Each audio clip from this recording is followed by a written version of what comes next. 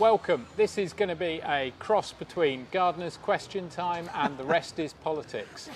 On my left, slightly ironically, is... Edward Mills. And who are you, Edward Mills? I used to be your boss, didn't I? For quite That's what you like to think. That's what I told everybody.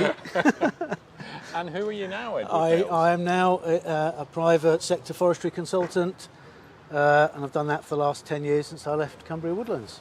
Excellent. And my name's Neville Elstone. I'm the current director of Cumbria Woodlands. So we have 10 topics that I have written down for us to kind of chew over, a bit like a book launch really. Current forestry topics rather than book titles.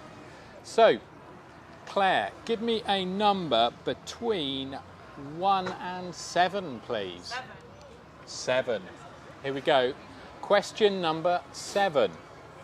Timber imports, right? 80% at the moment of our timber is imported into the UK. I think it's like the 4th largest cash import into the UK. What do you reckon? Is that sustainable? Is that doable? Is that okay? We're the 2nd largest timber importer in the world, I think, aren't we? After Japan, I think. So I give lots of talks and presentations to mostly about wildlife, but I usually put some slides near the end with a big stack of fencing posts, just to get the point across that, you know, if we don't grow the timber in this country, it'll have to be imported from somewhere like, I don't know, Russia perhaps. So, you know, or Latvia or Canada. So it's really important that we try and grow some commercial forests. And you can have wildlife in commercial forests, but we do need to grow spruce. It can't all be oak and birch. So how does that chime with the whole rewilding thing then? You know, that's very much in vogue. Government are well up for that with its landscape recovery scheme. Yeah. Well, if we rewild too much, we could be exporting all our carbon and all these other difficult problems about commercial timber growing to other countries. You know, we may as well create the jobs in Britain in the right landscape. We're gonna just boost your volume, I think. Okay. It's quite quiet. Gentle. Okay. Oh yeah, I can hear something now. So yeah, if we just import timber, then we're just exporting all the bad things that go with growing timber. So we may as well try and grow timber in this country in the most sustainable way we can, and create local employment in the countryside. Give us that mic. How many jobs do rewilding create? Well, yeah. Give us that. Come on, I'll give it a go. So I really worry about a binary landscape stuff where you have extreme commercialism, extreme spruce over there, and then you have rewilding over there. And I think there is a lot of scope for playing in that middle ground where people understand forestry better, and there's a huge amount in terms of forestry learning where you could do rewilding blended into the production of some commercial timber as well, both for timber and for jobs. And I think we're missing that partly because of a lack of understanding of silviculture and forestry and knowledge, and partly through fashion, that rewilding is a fashion, it's in vogue. Just to be provocative, is it affordable? Is it moral that we go 10% of our land should be used purely for wildlife rather than for production? Yeah, I'm actually with you on that. I'm agreeing with you on that one. Oh, that's no fun, is it? You know, we're kind of still stuck in this, I wouldn't call it a rut, but we're stuck in this ethos of native is good and non-native is bad. And you know, with climate change, we are going to have to think about using some non-natives and near-natives and honorary natives, or whatever you want to call them. And I don't see why some of the commercial species couldn't be included in that. Yeah.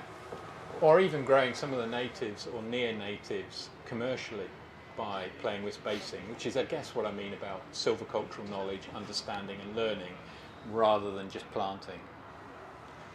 That was a good first go, I think. Not bad. Cool. Let's go for another number.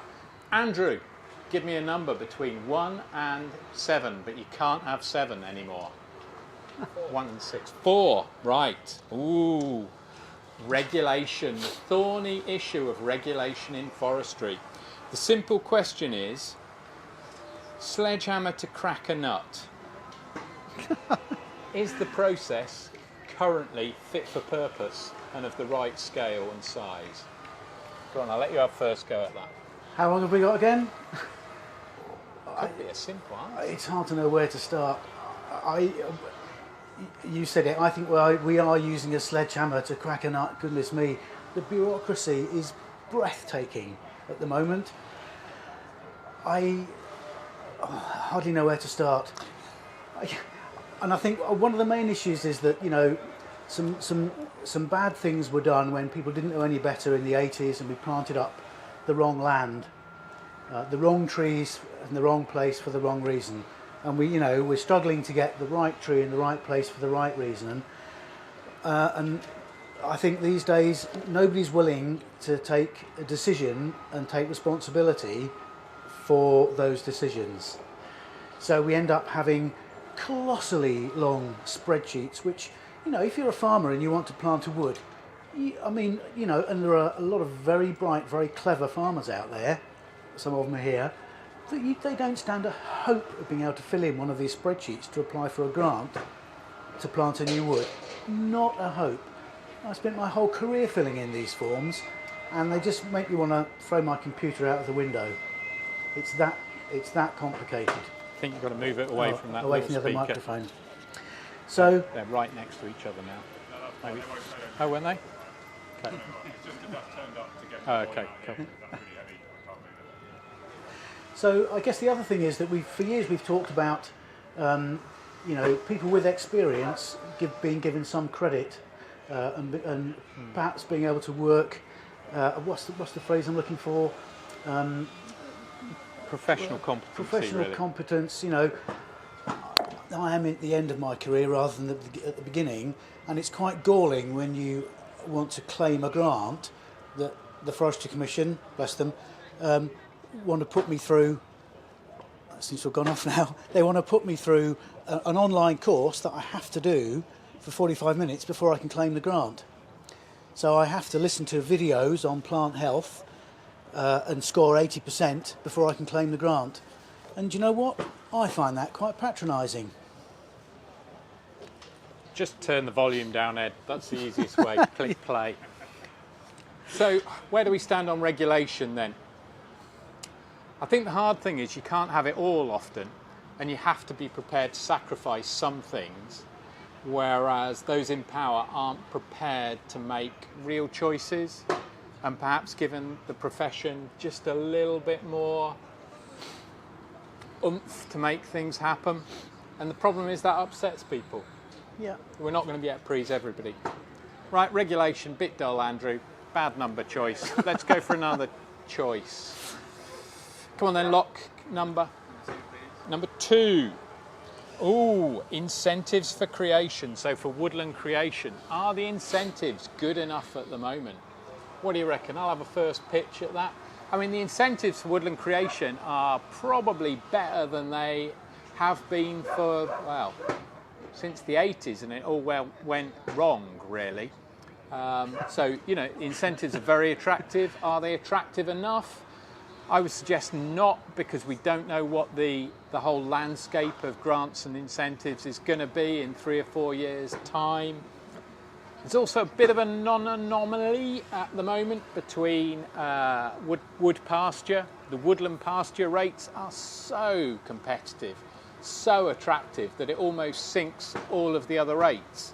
You know, so are we looking across the entire grant landscape to absolutely max out what society needs from our land and what we can achieve from woodland? And I'll just say one thing and then I'll hand it over to you, which is I just think DEFRA have bottled it, really. And the way I think DEFRA have bottled it is I thought Gove was brilliant with paying for outcomes, right? And I think they've just well stepped back from that now. So, you know, if you're going to reduce flooding, you should be paid for reducing flooding downstream, for that service that you provide to the community downstream. Whereas we're going back to much more of a position where you're paid for the costs of the input and some blander type of payment rather than the actual value of what you're paying to society.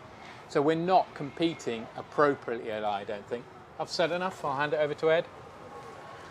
I'm not sure there's much more to say. I agree with pretty much all of that, except I think the supplements, I mean, there are supplements there that are targeted for certain public goods and benefits which aren't related to the cost of actually creating woodland. I think the incentives are really good, but you're absolutely right. I'm doing a lot of work on wood pasture at the moment, and the incentives for creating wood pasture way out compete the incentives for creating woodland. And I like the whole idea of creating wood pasture for wildlife benefits. It's fantastic, and it does allow landowners or farmers to keep farming, and that can be really good. But there's a huge missed opportunity where we could be creating woodlands, possibly commercial woodlands, and it's the wood pasture payments that are out competing the woodland payments. It's been like that for a long time, and it's not really changing. Cool. Thanks, Ed. Too much agreement between us perhaps here. So what I'm going to do is I'm going to ask for one more number, and then I'll open the floor up in a gardener's question time style for questions from the floor. So Carrie, give me a number between 1 and 7 that's not already been picked.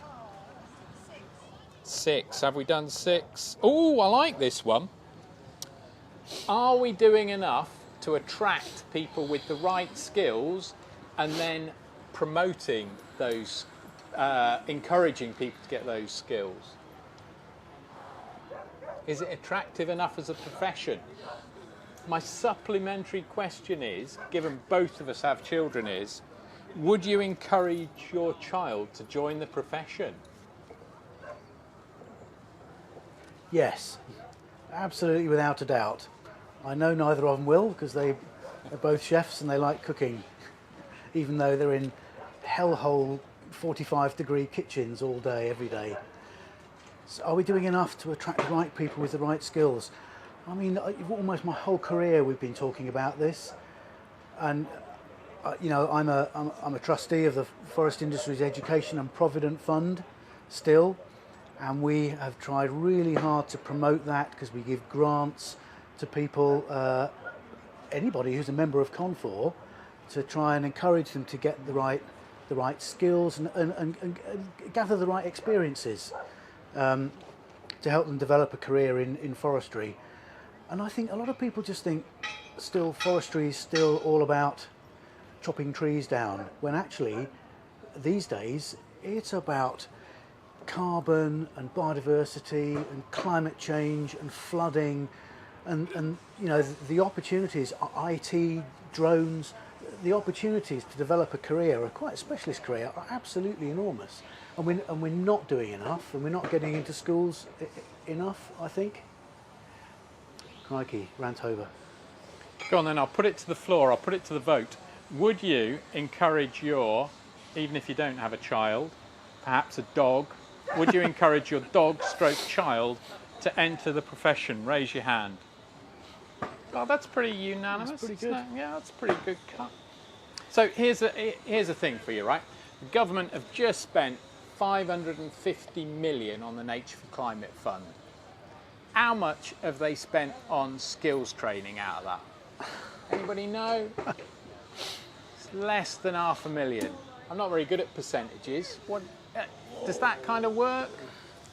You know, we're trying to double the size of Forestry England alone. You know, they need 250 more people.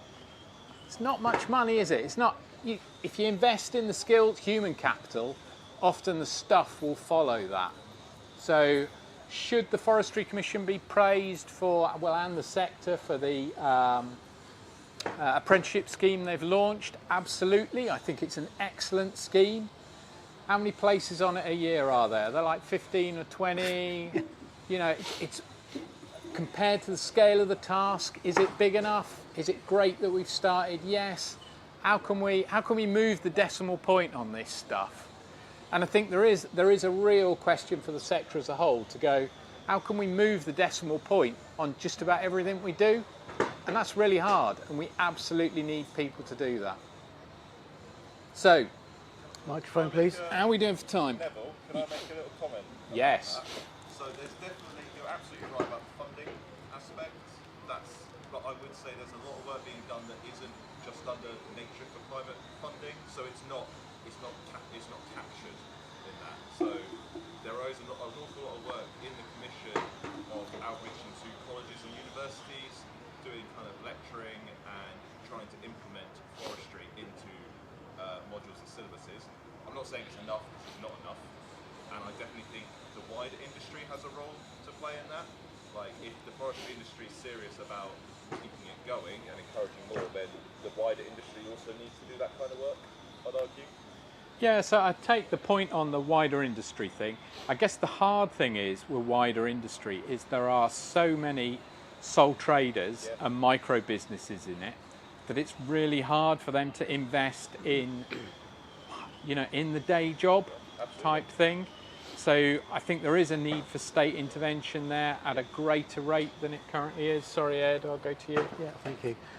And it's a bit like the England Woodland Creation Offer, that the education sector is in its own kind of little world of jargon and impenetrable language and frameworks and structures and syllabuses.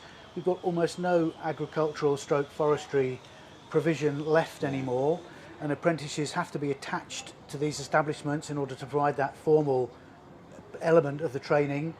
And coupled with what Neville's just said about the very nature of the industry, it's woefully inadequate. And I keep saying to people who've got any power, people like Steve Fowkes and the Forestry Commission deserve an absolute gold medal for his staying power with this, and his effort to try and make things happen amongst this sort of forest of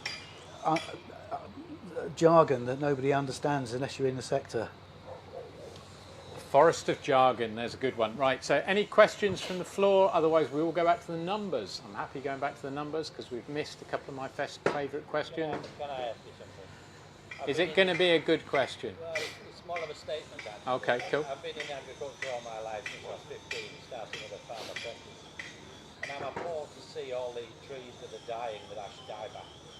And there's no scheme, nobody's thinking about linking woodland to woodland and replacing those specimen trees, particularly in the northwest, that all die in of ash dieback. Nobody is interested. The Woodland Trust are a waste of time.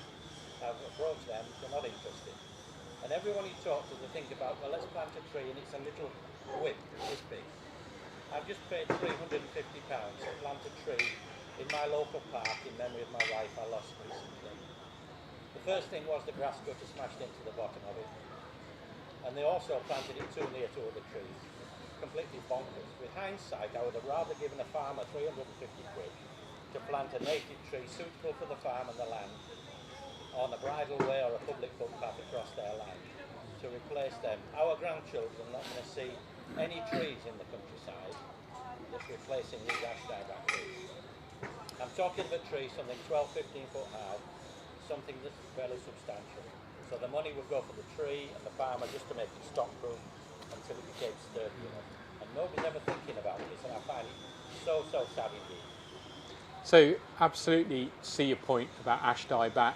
I think 12% of the woodlands in Cumbria are ash. We will slowly lose those, and I think it will be a slow process of that, and we will find some that survive and thrive.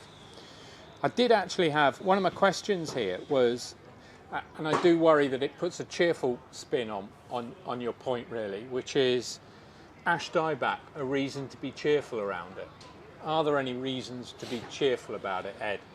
And I'm kind of deliberately being a little bit provocative and a little bit flip there, so I worry about that in terms of the response to you. But yeah, when ash dieback hit, whatever it was, 13, 14 years ago, the industry became very despondent because we were worried that within 10 years there would be no ash trees left. We were getting tales from the continent saying that all the ash trees were being wiped out. But actually that's not happened, and it's not happening now. You're absolutely right. There are lots of dead and very poorly looking ash trees in the landscape, and it is of a great concern. But that some trees are already showing resilience. I look out of my office window and I see ash trees in a hedgerow. There are some that have looked better this year than last year. There are some ones in full leaf next to ones that are almost dead. There must be some resilience in there, otherwise they would also be dying off. And the scientists tell us that some of the natural regeneration in East Anglia is already exhibiting signs of resilience and tolerance to ash dieback. So it's not, I hardly believe I'm saying it, but it's not as gloomy as we thought it was going to be. And just to follow up on your point, it is a good point and well made. The supplements for the England Woodland Creation offer, one of the supplements is all about high biodiversity sort of benefit for creating new woodlands. And one of the layers on the maps is actually encouraging people to extend and link woodlands together. And one of the higher supplements paid to landowners to do that is to develop those links. But how much it's actually happening is another matter, and I don't know what the answer is to that. Yeah, so if I can just add, I think, to what Ed said, and we'll just do one more question after this, and then we'll bring things to a close, which is, dead wood drives biodiversity within woodlands. So if we get more dead wood as a result of ash dieback, then that's great for the invertebrates, which in turn is great for other bugs and beasties. And disturbance and space within woodlands, it can be really valuable as well in terms of micro-habitats, micro-niches. And if you look at some of the other things that are coming forward in elms, there are reasons to be cheerful. So hedgerow trees, will there be as many hedgerow trees as we'd like within those supplements? Probably not. But is it a move in the right direction? Absolutely. Linked to the, what were we talking about before, the widely spaced trees? Agroforestry? No? Yeah, Wood pasture. agroforestry, wood pasture stuff. Yeah. So that should be moving into that space. Yeah. But the final question I think we'll take is about ancient woodlands. So it's kind of building on what you've talked about, which is plantations on ancient woodland sites. Is it the rack, so the bubbly concrete stuff of the woodland world? Are we investing enough in our ancient woodlands? Do you like the rack thing? Yeah. It is rack, isn't it? Yeah, I read your notes and I thought you were talking about the Royal Automobile Club. And was it the RAC will be coming to the rescue of the ancient woodlands rather than an allusion to concrete? Okay. So, Cumbria Woodlands has spent a long time investing in restoration of plantations and ancient woodland sites, but we've still got some incredible issues out there, haven't we? Steep sites, very difficult terrain, lack of contractors with the right skills and the right equipment, some really difficult issues over rhododendron, for example, which is massively invasive. I spent hundreds of thousands of pounds of public money to getting rid of rhododendron, and you've got to be persistent with it. It can be done, but it is frequently found in these plantations and ancient woodland sites, and the rates for rhododendron killing are probably going to have to go up because it's such a difficult task. So are we doing enough? There is a supplement, isn't there, for ancient woodlands in the countryside stewardship scheme, and I don't know, I've not taken advantage of that yet. As a forestry consultant, maybe I should have done. Maybe my schemes aren't the right sites for it. I don't know what the take-up of that is. I suspect the payment isn't enough to encourage take-up. So, I guess in broad terms from me, 1%, is it 1% of our land is now ancient woodland or plantations on ancient woodland? This is really special stuff. A lot of it's down the western seaboard of the UK, western seaboard of the European Union. There isn't a lot of that around. Does it need public intervention? Should we be paying for that, for the outcome of good biodiversity stuff? Absolutely, we should be preparing that, I think. And the other major issue, apart from climate change, is deer. And too many deer in woodlands browse out the shrub layer and the field layer, and that has huge impacts on ancient woodland indicator plants and breeding birds, particularly the warblers and those sweeter birds that nest very low down. And if we have too many deer, these field layers get browsed out. There's damage by fraying and barking as well to the actual trees, and massive expense going into tree shelters and deer fencing, when actually, I don't know how loudly I should say this, but we do need to shoot more deer, and we need much more coordinated effort on a landscape scale to reduce the populations. Yeah, grazing in woodlands and how we manage stock within woodlands, absolutely vital. With that, I'm going to thank Ed ever so much for joining us. It was kind of like the band reformed, good just to kind of catch up. Thanks ever so much for listening, everybody. Yeah, See you later. Thank you.